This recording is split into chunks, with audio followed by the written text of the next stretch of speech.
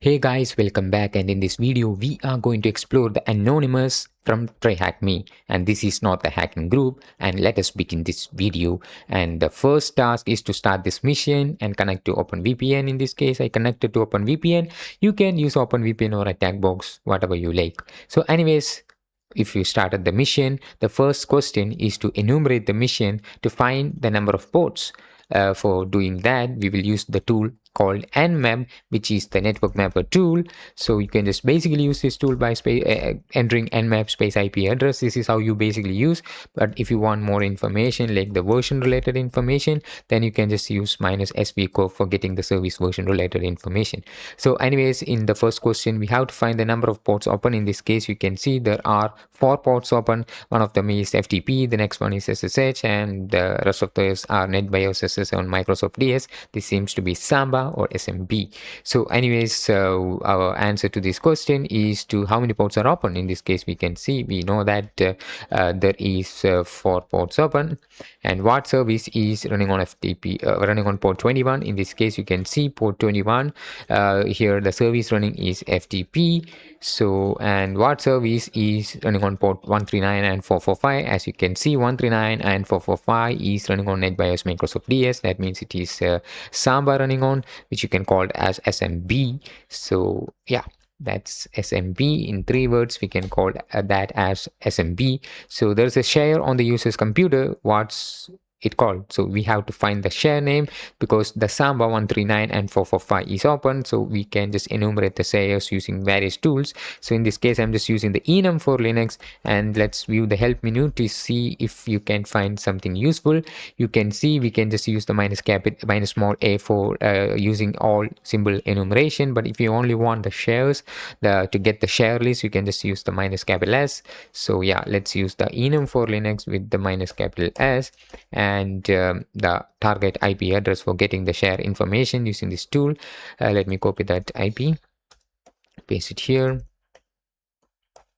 and that's it. So it is enumerating the shares. As you can see, it was able to find 3 shares. One of them is print, next one is pigs, and third one is IPC dollar. To get some more information, you can just use the SMB map tool, -H and the IP, and here it will give you the results in colors. As you can see, it will give you the permission related information also, which you can see the print share does not have access, and the pig shares has read only access, and the IPC share has no access. So in this case they're asking for the pig share. This is the share on the user's computer they are asking for is pigs.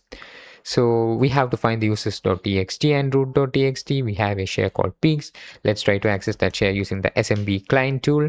So SMB client minus /IP/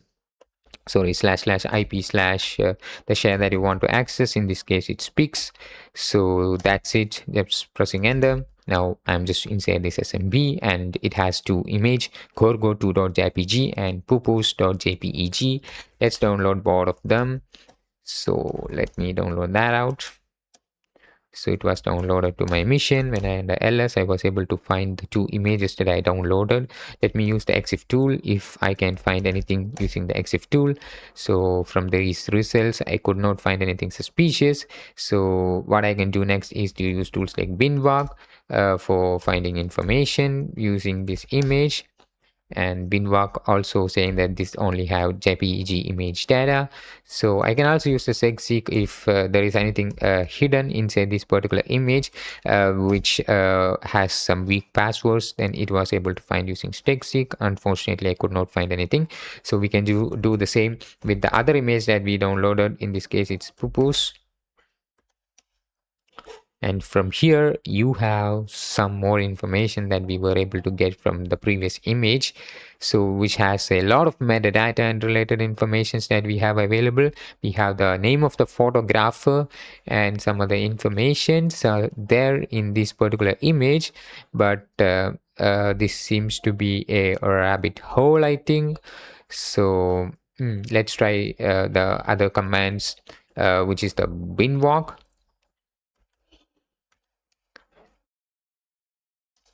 So here you can see it has the JPEG image data and TIFF image data. So, and it has a copyright string. Other than that, it has nothing to look on. Let's finally use the segseek on it, and it's fast, and we could not be able to find anything. So as expected, it is a rabbit hole. So what are the other ports or informations that we have available? So from this nmap scan, we have various ports open, right? Let's perform a script scan also. So by specifying the -s to c, which will perform the script scanning, and I also specify the -sv for getting the service version related informations on this particular target IP. So let's see the results, and here you can see we have the result, and the port 21 FTP has some interesting thing called anonymous FTP was allowed, and it has a directory. As you can see, the directory called the scripts is inside that. So let's try to access the FTP anonymous direct FTP using the user anonymous. Okay, we were able to log in, and we have the scripts directory in it. So inside the scripts directory, we have some files like called the clean.sh, removed files.log, and todo.txt. Let's download all by using the get command. So in the meantime, let's take a look at the hint that we have. The user.txt saying that the AI is loading. So yeah, this is the hint you are looking for. This may require you to do so. I don't know. So let me click that again to see if this is, so they are saying something different.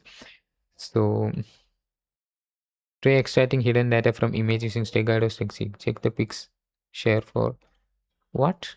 This is a smart suggestion and not hint.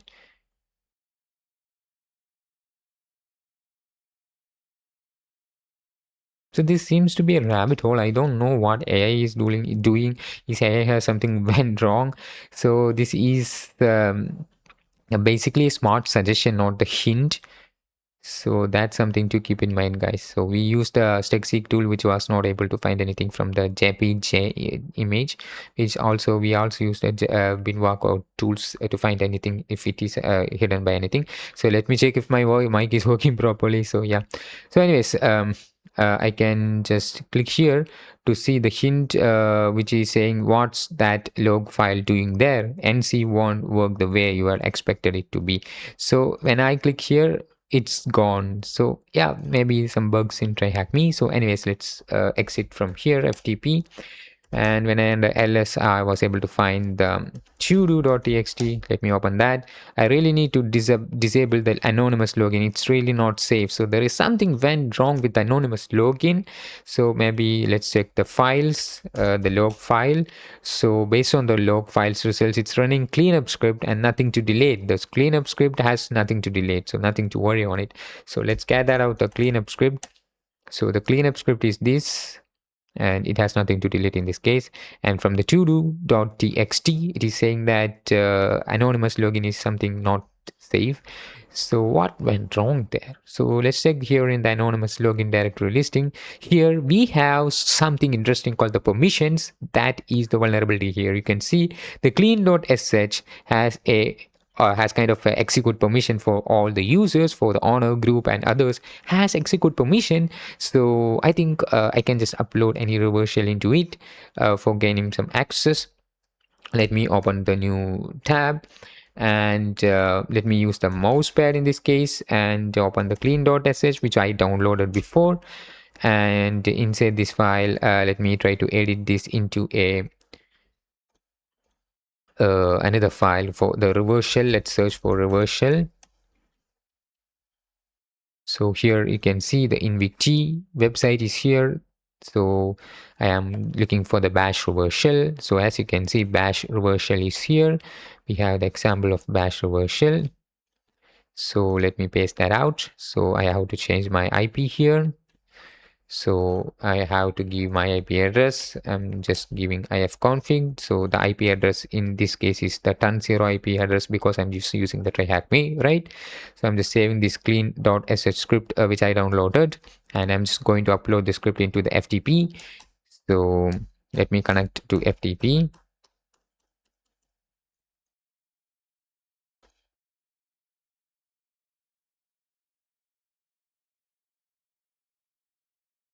Okay, so now let's log in using the username anonymous, connected. inside the scripts. Let's try to put this clean.sh again, because it has the read write execute and read execute and read write execute for permissions, which is helpful for us. If we upload a reverse shell into it, maybe we will get some connection back. So before uploading, let me start the reverse shell. 1337 is the port number where it is listening on based on the reverse shell that I gave. So I just started the netcat listener and uploading this put clean.sh listing again, and the permissions still say the same. No need to worry on it. So when I cat this out, the clean.sh, so the cat will not work in this case. So we are in FTP. Let's use the less command, and as you can see, we were able to upload our reverse shell into it. Nothing to worry about it, and there is no connections available here. Maybe we have to wait a little time. If still we are not able to get any connection, we have to do something else. Let me check if the IP is correct. In this case, it's 150.219. It's correct. I think I don't have to give a space on it. So let me open the mousepad again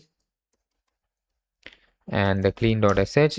In this case, let me eliminate the space and saving this again, and starting the reverse shell again, and going to upload the script again. Now it's done. So let me view the clean.sh. Now we just eliminated the space. Now we have this. It is running on port 1337, which still we were not able to gain any shell or connection. Maybe we have to change the port number in this case, I think. So yeah, let's wait some little time. If still we are not able to get any connection, then we have to change the port number. So let me check if everything is working good. Let me check if our IP is working good by refreshing this page. Sometimes TryHackMe's connection will get closed. So that's the reason I'm just keep checking here. Still, I'm not able to get any connection. So I think it's best to change the IP, the reverse shell IP. In this case, I'm just changing to 4444, saving that out. And again, starting the netcat listener and uploading that again, and viewing the file again. Now it's changed. Everything seems to be good. Oh my god, I have to listen on port 4444. Let me upload it again. View that again. It's correct. Still, you are not able to get any shell or something like that. Let us wait a little time to see if we are able to get any shell. Let's wait some time. So yeah, so this was working. There is no issues in here. So the IP in this case was correct, and the rest of the thing seems to be correct. So yeah, let's wait some time. Let me pause this. Yeah. We were able to get a connection. You have to wait a little time. That's it. So okay. So as you can see, no job control in this shell. So I have to search for the spawn TTY for getting job control. Searching for that, and I have this website here, and this is the script Python command that helps me for getting proper shell. So now I have this, and now I have the user.txt. Let me view that out. So here we can see the user.txt is here. Let me answer that out. And for the root.txt, this may require you to do some outside research. So let me list that out. Okay, so we have the pics directory. So inside that we have the two images that I think we downloaded that before.